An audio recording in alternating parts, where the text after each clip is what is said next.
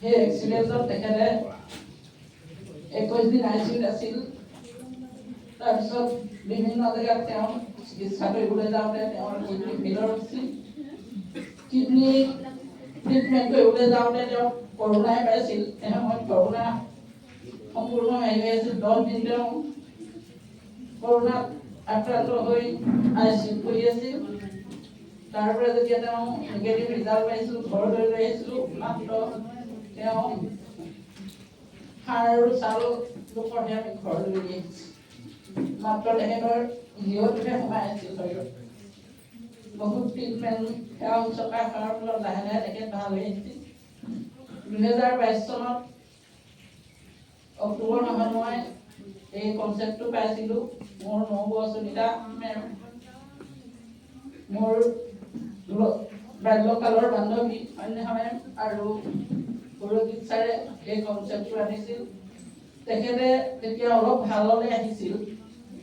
আহি পেলাই তেখেতে নিজেই কৈছিল, মই খাব পৰা কিবা এটা আছে নেকি ইয়াত। তেতিয়া সুৰজিৎ ছাৰক মই ৰিপৰ্টবোৰ দেখুৱাইছিলোঁ। ৰিপৰ্টবোৰ চাই তেখেতে 95 ইউৰিক ফ্ৰাছ, ব্লাড পিউৰিফায়াৰ এনেকৈ কেইটামান প্ৰডাক্ট ৰিকমেণ্ড কৰিছিল। সেই প্ৰডাক্টসমূহ খাই তেখেতে লাহে লাহে আৰোগ্য হৈ আহিছিল। কিডনি ফেইলৰ ৰোগীৰ যিসমূহ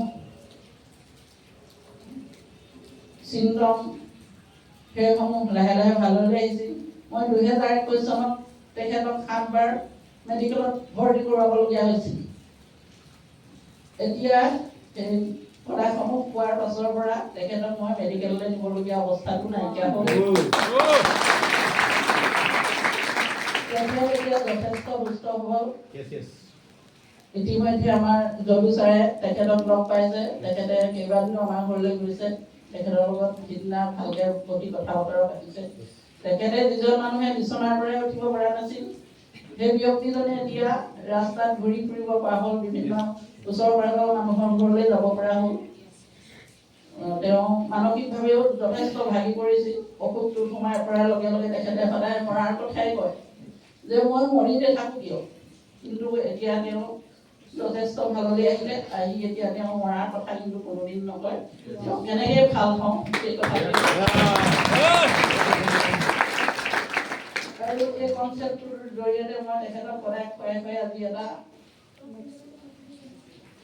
লেভেললৈ আগবাঢ়ি যাবলৈ সক্ষম হৈছোঁ। মই এটা